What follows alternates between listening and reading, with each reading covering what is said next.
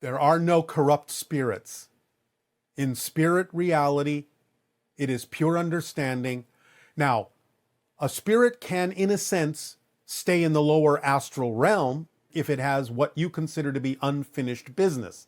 This is rare, but it can happen. This is what you might call a ghost with unfinished business, or attempting to get a message through to a physical human. But it is not corrupt. It is simply a choice to stay closer to the earth vibration for its own reasons. There is no such thing as a corrupt spirit. Good day, good day. Good day, Bashar. It's an honor and pleasure to talk to you today. Thank you. It is our passion and our pleasure to speak with you as well. What would you like to discuss? Bashar, my first question and a statement concerns divine femininity. Yes. Many women on earth explore and develop their feminine nature. They search for their best divine expression as women on earth. How would you define the term divine femininity, and would you like to explain for us a little bit more about it? Divine femininity is a balancing and a willingness to be open, to be receptive, to receive, to be nurturing, to support, to allow, to hold, in a sense, metaphorically, in your hands, the energy of humanity and the desire for it to move forward, to expand, and to grow, even as a child is born and given the ability to grow and expand. So it is about the birthing, the supporting of the energy of the birthing of the evolution of humanity into a larger form, a more expanded form, the willingness to support those endeavors, the willingness to seek balance within the masculine energy to provide opportunities for that balance to be created and experienced so that all may move forward in harmony and peace. Okay, thank you very much. Yes. My next questions are related to nature. We are an extension and expression of nature. Yes. Sometimes when I go for a walk, I feel like trees talk to me. I feel in communion with them and feel very blissful in their presence. Yes, of course. Would you like to tell me what this blissful experience for me is? And would you like to also tell us how do you feel in nature when you are on your planet?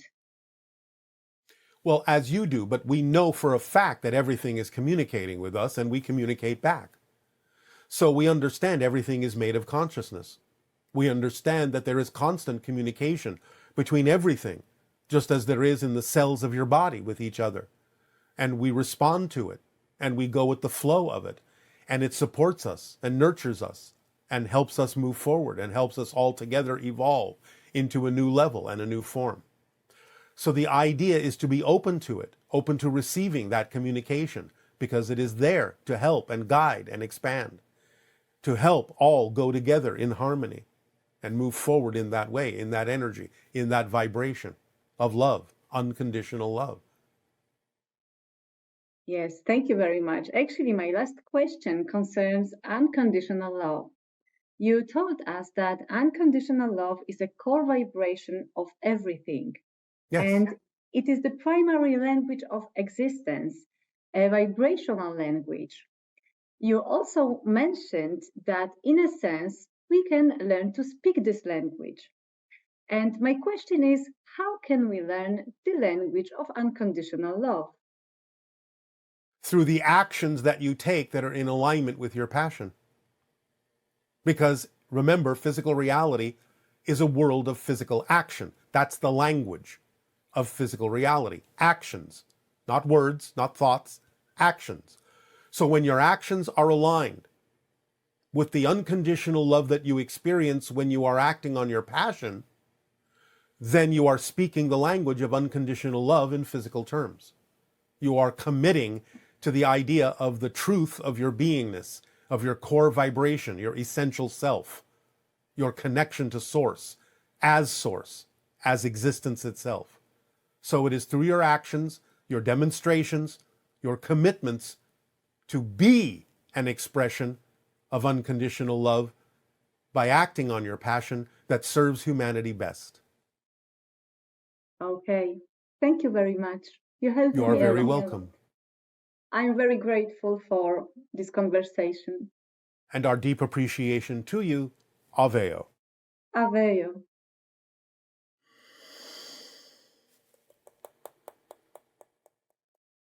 Hi, Bashar. I had a question about limits on extremities, specifically the ideas of most and least.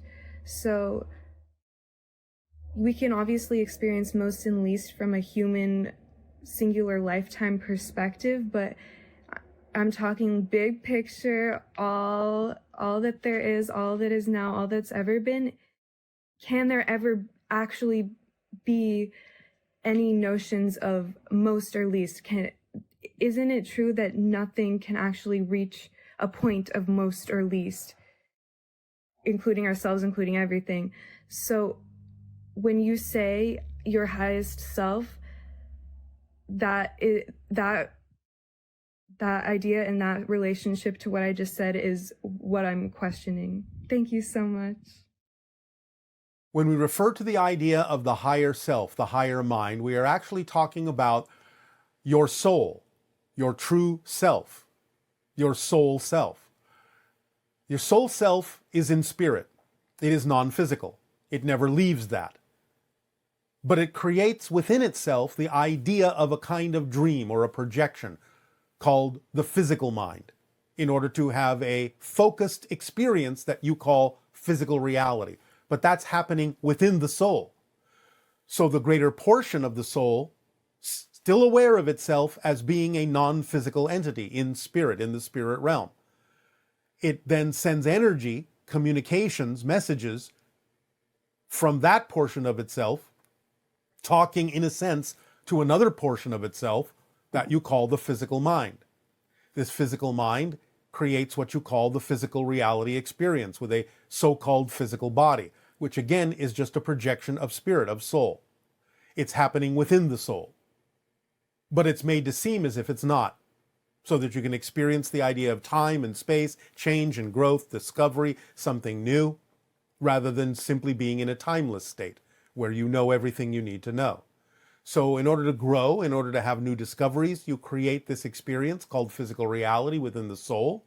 But that's what the higher mind is. It's the soul, your soul, talking to itself from a higher point of view, talking to the physical mind that is now limited in its focus, but receiving guidance and information and help from the portion of the soul that is still connected, still living, still experiencing the spirit realm with a broader point of view. So it's an internal conversation within the soul. That's all the higher mind is to the physical mind. An internal conversation within the soul from one portion of the soul to another portion of the soul that is experiencing a certain kind of focus. The first is, how can we prevent observations, particularly recurring ones that are in direct contrast to our own positive belief systems, from evolving over time into negative beliefs and definitions? Well, you have to ask yourself, why at any point would you consider taking on those vibrations as if they are what serves you best? Because they cannot affect you. You cannot experience them. Time has nothing to do with it. Doesn't matter how many times you observe it. At some point, if you start feeling like you're matching those vibrations, you have chosen to do so. So you would have to ask yourself what benefit you're getting out of doing so. Okay. So my second question is, for decades now, I've been following my highest excitement, which has been creating some very dark and controversial music and artwork. And I faced a great deal of censorship, and progress has been very slow, although it is happening. So this leads me to ask, what is your take on dark artwork and its role in our society? Well, it can be used in a positive way to point out the idea of the negative energies that may exist in some people, the fears and anxieties that can act in a way as a cathartic experience to allow them the opportunity to let them go. This occurs in many of your books and your movies, where people can go through a safe cathartic experience by experiencing the art that allows them to get in touch with the darkness and the negative and fear-based beliefs within themselves, to process them and let them go. So if it is used that way, then it can serve a positive function by allowing them a safe space to explore those things so they don't have to necessarily act them out physically in your society. If it is used that way, then it can lead to a positive effect. Very good. That's very much how I feel about it as well. My third question is, would you take me for a ride in your spaceship? Not at this time. Not at this Except time. you may do that out of body, but not physically at this time. Okay. Your vibration could not handle it in your physical reality, but you can handle it in a different reality. And you have been on many spaceships in a different reality, in an altered state. So, but not physically at this time. It is not vibrationally compatible with your physical reality at this moment. Interesting. So, seems these questions have gone by fairly quickly, so maybe I could let you know about a dream I had just a couple of nights ago. I was in the dream, I rarely dream, but I had this dream where I was in school and I was in danger of failing, and I was called down to a guidance office. And I was sat across from a guidance counselor. I was very annoyed at this point in the dream. And next thing I know, you walked into the room with keys on your belt as though you were working there. And I was dumbfounded. I said, "Bashar?" And you said, "Yes." And I said, "Is it really you?" And you said, "Yes." And I said, "Can I ask you a question?" At that moment, I woke up, and not 2 days later, I am able to speak to you here. Yes. Well, again, the idea is that in an astral form, you recognize that you were looking for guidance because the reality that you were experiencing wasn't completely working for you. You needed to get in touch with certain belief systems within yourself about how to continue forward in your life in a way that is truly representative of passion and clarity. And so you were brought to the quote unquote guidance office. A spirit guide was there to help you. And by walking in with the keys, it showed you symbolically that there are keys that you can use to unlock the information that you need. Some of it may be available through the information we have shared with all of you. Some of it may be available through other sources. But what we are doing is presenting you with the keys to the guidance that you need. All you have to do is make sure you are following the guidance, operating, using those keys, the formula, in a very precise way, making sure you know the difference between excitement and anxiety for each choice that you make and why you are choosing it and how it is serving humanity. Okay. So thank you. Thank you. Aveo.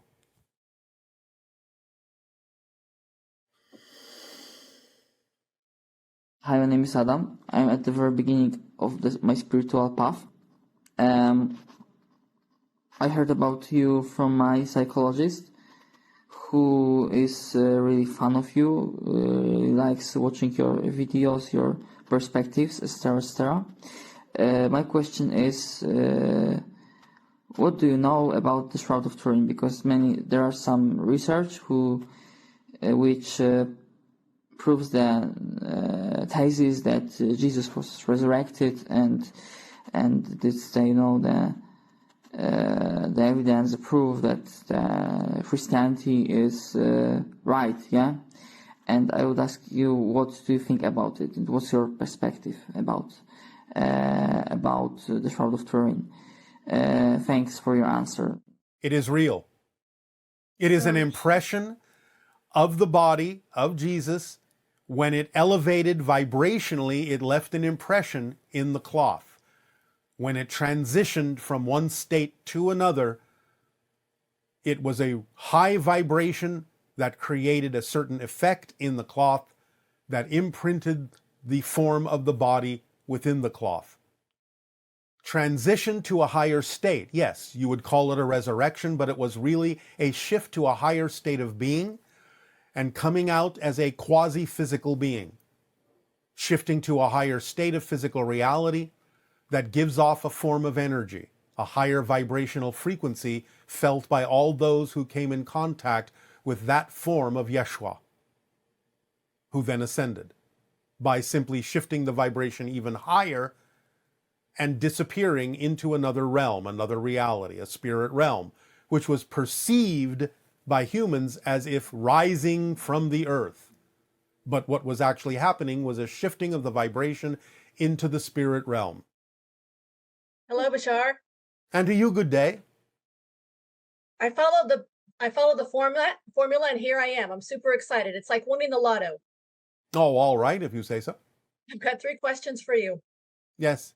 The first one, my husband has encountered ETs, a small gray, chrome-like being, and 2 other beings, and he's curious as to what the purpose and what's most helpful for him to know at this point. Well, you are part of the hybridization program. You are part of the evolution of humanity into the 6th hybrid race. So you have many encounters with these beings because you are participating in whatever way, shape, or form is necessary for you to provide information for the hybrids that will ultimately come to live among you in the future. Thank you. Second question. 5 years ago, I adopted a child at a crisis. First 2 asks, my physical mind said no. The third ask, my higher mind said yes. Since then, this child has been a joy and a gift and my greatest teacher. And I'm curious to know if this was agreed upon between the 2 of us, if there's a purpose, and how can I best serve the purpose? I think you have already said so. Yes, of course there is an agreement. Things don't happen by accident. And you have said you've already learned a lot, that this child is acting as a teacher for you and you for the child. So you've agreed to reflect to each other what you each need to know to become more of yourselves in this life, more true to who you really are. To teach the idea of self-empowerment, that the power that each individual has is necessary to attract what you need without harming yourself or anyone else in the process, to explore and discover what your passions truly are, so that you understand that you are connected to Source and have everything you need. So you're working together to upgrade each other in whatever way, shape, or form is representative of your passion and your excitement, your curiosity, and your love. Thank you for that. Next question. I'm new to all this extraterrestrial information and only started learning about 2 months ago. So as I'm learning, I'm wondering if I'm to assist in some way. I want to understand the bigger picture of the extraterrestrials and the hybridization. And I'm curious to know, why is it important for them to be here? How does it Because they benefit are us? family. They are family. We are family. We are part of your genetic material. We're part of your galactic family. There's a lot of your history you don't know that's been lost. You are heading toward becoming the 6th hybrid race. You are heading toward evolving into full humanity over the course of years to come. The hybrids will eventually come to live among you. Eventually, you will mingle. Eventually, you will gain new abilities. Eventually, you will come to live among us, among the stars, and explore other worlds. Eventually, Earth will become the UFOs of other civilizations. You will move out into the cosmos. But you will also ground yourself more connectively to the idea of Earth. You will understand yourselves as extensions of nature. You will express all the things that are true about yourselves more fully in peace and harmony and love. And then eventually, as you become the 6th hybrid race, you will blend with the other 5 to become the 7th hybrid race that will deliver 100,000 years of peace to the entire galaxy. That's where you're heading. Thank you. You're welcome. One last thing. How do I close my perceived gap of separation with all that is? You do not have to eliminate the idea of separation. You use it to your advantage. Obviously, the idea of focusing your consciousness down into a physical personality has its benefits for allowing you to experience new discoveries about yourself that you would not necessarily be able to fathom in a timeless state, in a non-physical state. So it's not about eliminating the idea of separation while you are physical. It's about using it to your advantage as long as you possibly can to discover new perspectives and new aspects of yourself so that you can grow from that perspective, so that you can change in new ways, so that you can add to the overall experience of all that is. Thank you, Bashar. You are welcome. Thank you for your participation. Aveo.